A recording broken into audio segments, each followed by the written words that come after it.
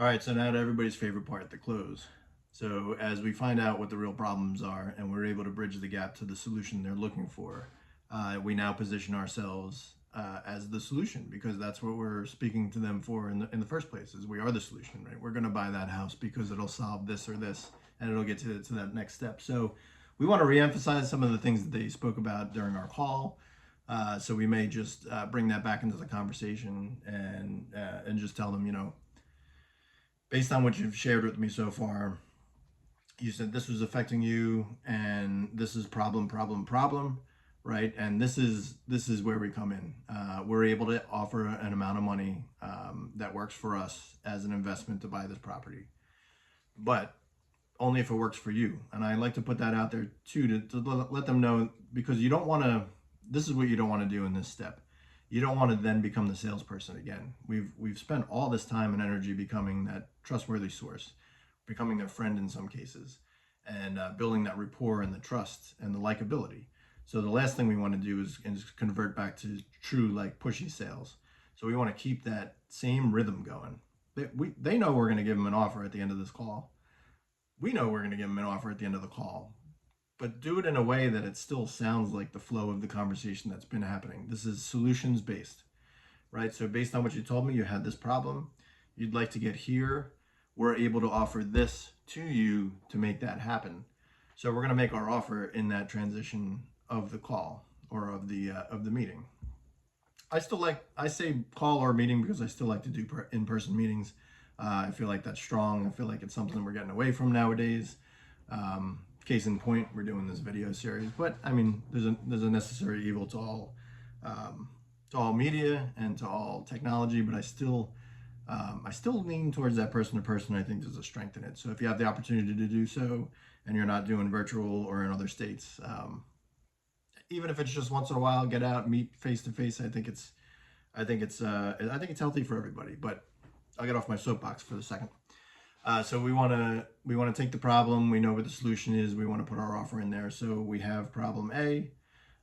If we're able to come in and offer you about $100,000 for the property, one, do you feel like that would help you with A, right? Problem. And if it gets you to B, which is the solution, would it then help with when you told me you could take some of the money and put it towards here or whatever that solution is? So put your offer in the middle of everything that you've talked about before, because we have a tendency, and I was taught in the past too, is to resurface all of the problems. Remember, you told me this, and we can put you here, because that's where you want to be.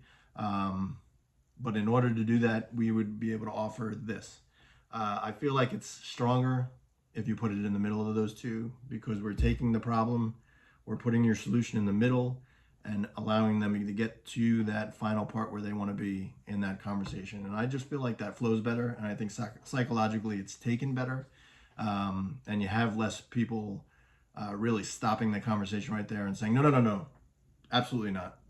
Like, they're understanding, you're guiding them through this. This is what you're doing. You're guiding them through this. And at the end of the day, if they say no, and we did everything right up until this point, there's nothing to be upset about. Maybe it's not working for them at the time. Maybe there's an objection we haven't surfaced yet, which we're going to get into objections here in the following videos. But if there is, we can work through those objections. But you're not going to close 100% of these deals. So if something is not closable, at this point, you probably know it's not. And if you get a no, you should walk away with the same feeling with a no that you do with a yes. And that's you did everything you could. You asked all the questions to get to this point. So as we move forward here, we'll work through some of the objections, but a nice light, we call it direct but soft close, right? If it looks like it makes sense, the next step is simple. We would do this, and this. Does it feel like the right move for you now? Is another way to position that. And then if you get any light objections, or if you want to preface your close with something that you put out there that says, assume the no, if you will, mentally, and then direct that conversation back to a yes. Could be that, there's usually a couple of paths that people take. They want to either try to do it on their own or work with somebody that's done this many, many times before. What makes sense to you right now? What makes the most sense?